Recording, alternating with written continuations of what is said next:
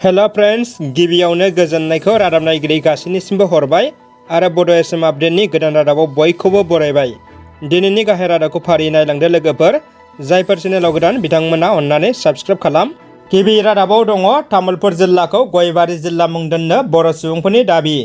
आसाम सोरखारा रांबावजा बाजेट जथुमाव बाक्सा जिल्लाखौ बुखावना तामुलपुर जिल्ला दानो फोसावबाय। बेनि उनाव बिटिआरआव आथिखालाव गंबा जिल्ला जाबाय।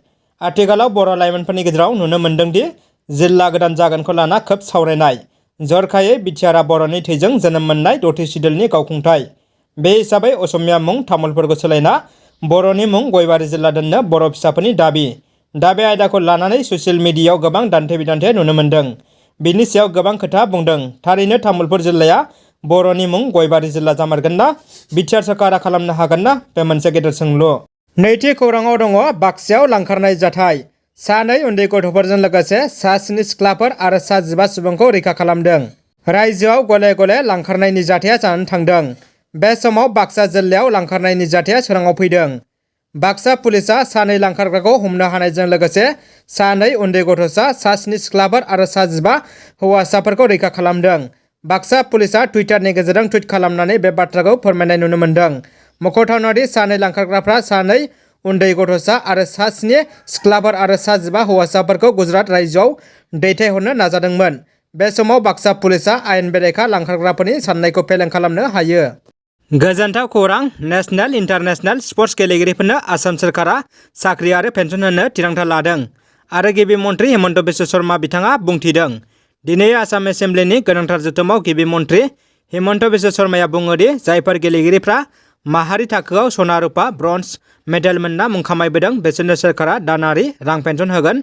लोगोसे जायफोर गेलेगिरिफ्रा अलिम्पिकआव बादायलायनो खाबु मोनदों बिथांमोननोबो आसाम सोरखारा साख्रि होगोन होनना गिबि मन्थ्रिया बुंथियो आरो बे बिथिङाव रावबो हेंथा होआ होनना बुंबावो।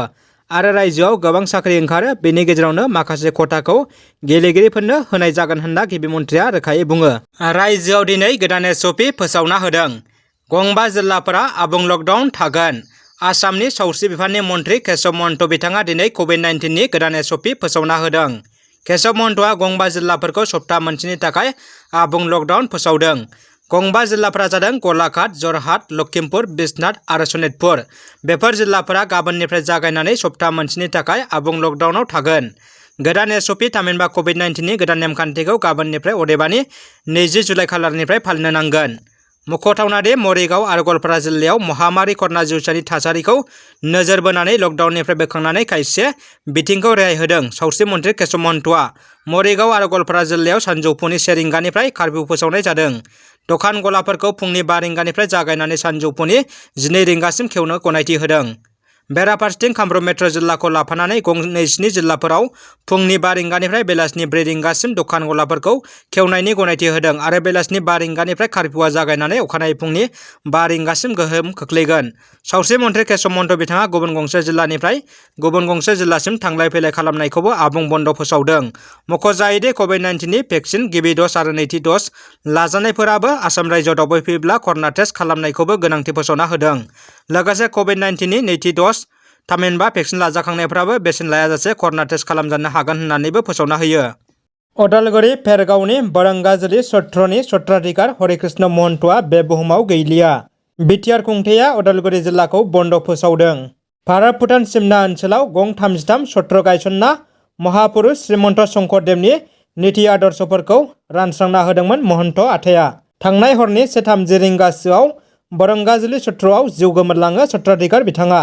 आसाम सोरखारनिफ्राय कालिचरण ब्रह्म बान्था 2020खौ लाफानानै 2006 मायथाइयाव शिल्पी पेन्सन, भकत शिर'मणि 2006, आथा पुरुष 2009, सत्र रत्न, सत्र भूषण 2013, शंकर जयति बायदि बिमुं आवथायनो हानाय महन्त आथाया 2011 मायथाइयाव गोदान दिल्लीनिफ्राय भगवान बुद्ध नेशनेल फेल'शिप एवार्ड, 2012 मायथाइयाव अपूर्व प्रेरणा बान्था, पीताम्बर देव गोस्वामी हादरारि बान्थाखौ लाफानानै गोबां बान्था बिमुं आरजिनो हादोंमोन।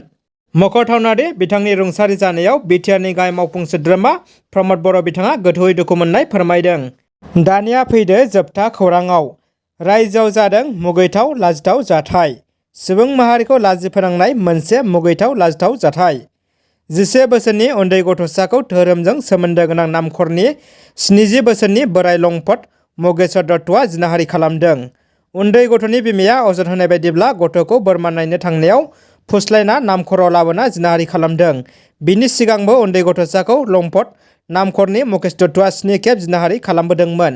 बे जाथायनि उनाव गथ'नि बिमाया पुलिसनो केस होयो आरो केस होनाय लेखा पुलिसआ लंपट बोरायखौ हमो। जाथाया लखिमपुरनि।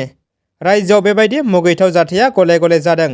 लंपट मगेश्वर दत्तआ उन्दै गथ'खौ जिनाहारि खालामना रावनोबो खोन्थानो नाङा होनना धमखि होदोंमोन। दिनैनि रादाबा एसेनोसै लोगोफोर।